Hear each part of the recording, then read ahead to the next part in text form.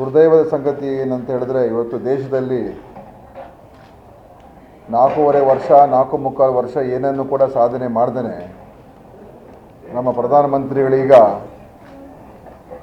ಆಧಾರ ರಹಿತವಾದಂಥ ಮಾತುಗಳನ್ನು ದೇಶ ಉದ್ದಕ್ಕೂ ಕೂಡ ಮಾತಾಡ್ಕೊಂಡು ಹೋಗ್ತಾ ಇದ್ದಾರೆ. ಸುಳ್ಳಿನ ಸರ್ದಾರ ಅಂತಲೇ ಹೆಸರಿಡ್ಬೋದು ನಾವು ಪ್ರಧಾನಮಂತ್ರಿ ಮೋದಿ ಅವರಿಗೆ. ಯಾಕೆಂದರೆ ಕೊಟ್ಟ ಆಶ್ವಾಸನೆಗಳನ್ನು ಯಾವುದನ್ನು ಕೂಡ ಈಡೇರಿಸದೇ ಇರತಕ್ಕಂಥ ಒಬ್ಬ ಪ್ರಧಾನಮಂತ್ರಿ ಅಂತ ಹೇಳಿದ್ರೆ ನರೇಂದ್ರ ಮೋದಿಯವರು.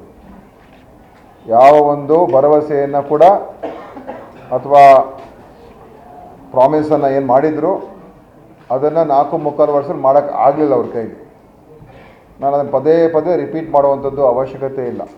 ಕಪ್ಪು ಹಣದ ವಿಚಾರ, ಬ್ಯಾಂಕಲ್ಲಿ ಅಕೌಂಟ್ ದುಡ್ಡು ಹಾಕುವಂಥ ವಿಚಾರ, ಅಥವಾ ಉದ್ಯೋಗ ಸೃಷ್ಟಿ ಮಾಡುವಂಥ ವಿಚಾರ, ಬಂಡವಾಳ ಹೂಡಿಕೆ ಹೆಚ್ಚು ಮಾಡುವಂಥ ವಿಚಾರ, ಆರ್ಥಿಕ ಕ್ರಾಂತಿಯನ್ನು ಮಾಡುವಂಥ ವಿಚಾರ, ಅಥವಾ ಯಾವುದೇ ಒಂದು ರೈತರಿಗೆ ಹೆಚ್ಚು ಬೆಂಬಲ ಬೆಲೆ ಕೊಡುವಂಥದ್ದು, ಯಾವುದನ್ನು ಕೂಡ ಅವರು ಮತ್ತು ಅವ್ರ ಮೂಲವಾದಂಥ ಕಾರ್ಯಕ್ರಮಗಳು ಕೂಡ ಮರೆತುಬಿಟ್ರು.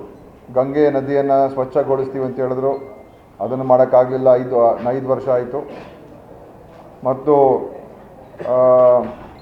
ಅವರ ಯಾವ ಕಾರ್ಯಕ್ರಮ ಜನರಿಗೆ ಆಶ್ವಾಸನೆ ಕೊಟ್ಟಿದ್ರು ಯಾವುದನ್ನು ಕೂಡ ಮಾಡೋಕ್ಕಾಗದೇ ಇರತಕ್ಕಂಥ ಪ್ರಧಾನಮಂತ್ರಿಗಳು ಇವತ್ತು ದೇಶಾದ್ಯಂತ ಕರ್ನಾಟಕದ ಬಗ್ಗೆ ಪದೇ ಪದೇ ಪದೇ ಪದೇ ಇವತ್ತು ಪ್ರಸ್ತಾಪ ಮಾಡ್ಕೊಂಡು ಓಡಾಡ್ತಾ ಇದ್ದಾರೆ. ಸುಳ್ಳನ್ನು ಹೇಳ್ಕೊಂಡು ಓಡಾಡ್ತಾ ಇದ್ದಾರೆ. ಒಬ್ಬ ಪ್ರಧಾನಮಂತ್ರಿ ಈ ಮಟ್ಟಕ್ಕೆ ಮಾತಾಡ್ತಾರೆ ಅಂತ ಹೇಳಿದ್ರೆ ನಾನು ಈ ಪ್ರಧಾನಮಂತ್ರಿಗೆ ಏನಂತ ಕರಿಬೇಕು ಅಂತ ನನಗೆ ಗೊತ್ತಾಗೋದಿಲ್ಲ. ಆದರೆ ಅವ್ರಿಗೆ ವ್ಯಾಮೋಹಕ್ಕೆ ಒಳಗಾಗ್ಬಿಟ್ಟಿದ್ದಾರೆ. ನನ್ನ ಮಾತು ಎಷ್ಟು ಹೇಳಿದ್ರು ಕೂಡ ಜನ ನಂಬಿಡ್ತಾರೆ. ನಾನು ಏನು ಹೇಳಿದ್ರು ಕೂಡ ನಡೀತದೆ. ಜನ ನನಗೆ ಎಷ್ಟು ಸುಳ್ಳು ಹೇಳಿದ್ರು ಕೂಡ ಜನ ನನ್ನನ್ನು ನಂಬೋದಕ್ಕೆ ತಯಾರಾಗ್ಬಿಟ್ಟಿದ್ದಾರೆ. ಅವರೆಲ್ಲರೂ ಕೂಡ ನಾನು ಒಂದು ರೀತಿ ಮಾಂತ್ರಿಕ ಥರ, ಮಂತ್ರವಾದಿ ಥರ ಅವರ ಮನಸ್ಸನ್ನು ಕ್ಯಾಪ್ಚರ್ ಮಾಡ್ತಕ್ಕಂಥ ರೀತಿ ಮಾಡ್ಕೊಂಬಿಟ್ಟಿದ್ದೀನಿ. ಏನು ಬೇಕಾದ್ರೆ ಹೇಳ್ಬೋದು ಅಂತ ಅಂದ್ಕೊಂಡ್ಬಿಟ್ಟಿದ್ದಾರೆ ನಮ್ಮ ಪ್ರಧಾನಮಂತ್ರಿ ಮೋದಿಯವರು. ಇವತ್ತು ನಮ್ಮ ಕರ್ನಾಟಕದ ರೈತರಿಗೆ ಸಾಲ ಮನ್ನಾ ವಿಚಾರದಲ್ಲಿ ಕಾಂಗ್ರೆಸ್ ಪಕ್ಷ ಸುಳ್ಳು ಹೇಳ್ತಾ ಇದೆ. ಕಾಂಗ್ರೆಸ್ಸು ಒಂದು ಕ್ರೂರವಾದಂಥ ತಮಾಷೆಯನ್ನು, ಕ್ರೂಲ್ ಜೋಕ್ ಈ ರೈತರ ಮೇಲೆ ಮಾಡ್ತಾ ಇದ್ದಾರೆ ಅಂತ ದೇಶದ ಪ್ರಧಾನಮಂತ್ರಿ ಹೇಳ್ತಾ ಇದ್ದಾರೆ. ಅವ್ರಿಗೆ ಎಷ್ಟು ತಿಳುವಳಿಕೆಯ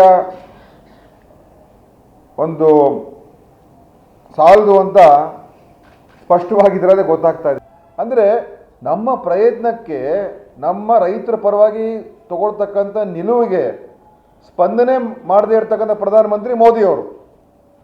ಸಿದ್ದರಾಮಯ್ಯವರು ಮೋದಿಯವ್ರ ಹತ್ರ ಹೋದಾಗ ಸ್ಪಂದನೆ ಮಾಡಲಿಲ್ಲ. ನೀವು 50% ಮನ್ನಾ ಮಾಡಿ, ನಾನು 50% ಮನ್ನಾ ಮಾಡ್ತೀನಿ ಅಂತ ಹೇಳಿದ್ರು, ಅದನ್ನು ಕೂಡ ಒಪ್ಕೊಳ್ಳಿಲ್ಲ ಅವರು. ನಮ್ಮ ಸರ್ಕಾರ ಅವತ್ತು ತೀರ್ಮಾನ ತೊಗೊಂಡು ಮಾಡಿತು.